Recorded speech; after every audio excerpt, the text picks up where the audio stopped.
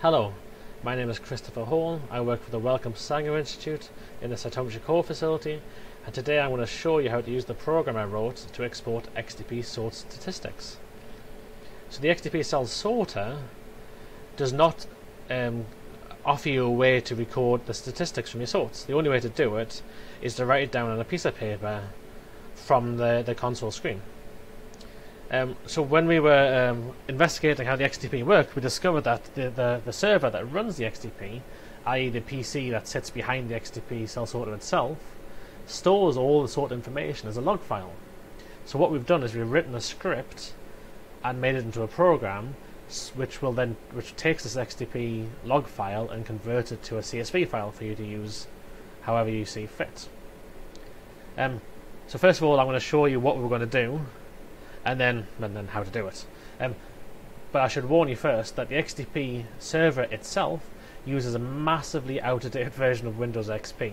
So if you ever go onto the server from your workstation, like I'm about to do now, make sure you've got a fully up-to-date virus scanner, and probably make sure your Windows installation is up to date on here as well. Okay, so I'm actually going to log on right now. You don't need to do this, but I'm just going to show you what we're doing. So I'm running a remote desktop connection with the IP address for the server, and I'm going to log in. And the login details are XDP console and the extremely difficult password to guess of password. And here's the console on my workstation PC. I press Windows key, I go to my computer, C drive, Thor, logs, and in here we have a massive list of logs. Every single day that the XDPs ran and sorted, we create a log file. If I open one of these, it's just a big long text file. The text file contains things like time elapsed, number of events processed, and when we actually do some sorting, the number of sorts to each stream and number of bots to each stream. So what the script's going to do is going to take this log file and convert it to a CSV file. If you ever do come in here, it would be very sensible, and in fact something I'd recommend you do, to change the date. So when we first did this, the date of our XDP was very, very wrong, and changing it to today's date and today's time makes your life much, much easier later on. And as a quick warning, if you do this yourself, make sure you've got a keyboard connected to the console, because when you run remote desktop connection, it actually locks the console screen, and the only way to get back into it is to type in the password. Okay, now close this. I'm going to show you what we've made. So if you go to our GitHub page at www.github.com/SangerCytometry, you'll find a repository here called XDP Sort Statistics. And in here there are two files, one an exe, one a Python script. You can just use the exe, it's much easier, and that's what I'm going to do today. I'm going to download it. It's downloading. Out of interest, if you want to use the Python file, you're more than welcome. If you do it, the main reason I would advise doing it is if you map something to the Z drive.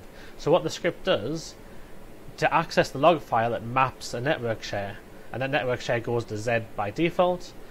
If you already have something mapped to Z, like I do right now, it will unmap that first. But I'm going to save it a bit of effort and do it now. So if you had a permanent Z, you can just change this to K or X or whatever you want. Okay, I have this file, XDP Sort Statistics. It can be run from anywhere. I will move it to my desktop and double click it. It asks me a question. Do you want today's sort statistics? Now I'm going to type in Y, or you can type in yes, and it will take today's statistics, which by the way is a complete lie.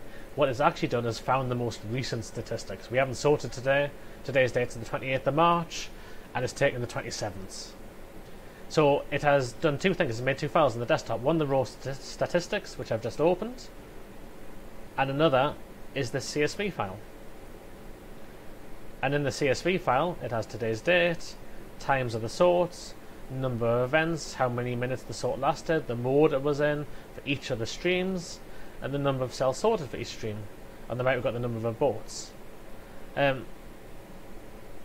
And so that's what the script does. So if you forgot to write it down, or if you just wanted the numbers, here they are.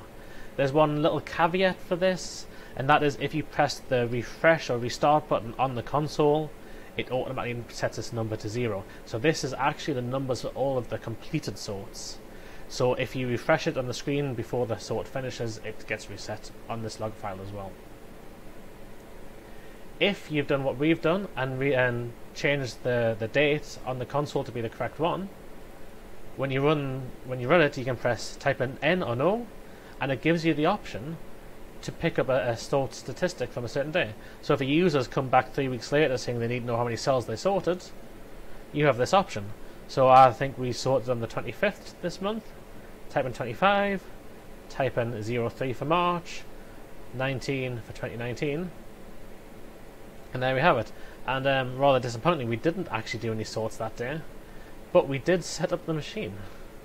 So obviously someone didn't turn up, and here you can see that we were actually sorting 5-drop slides to check our calibration, and because it reset every time, we only get a 5.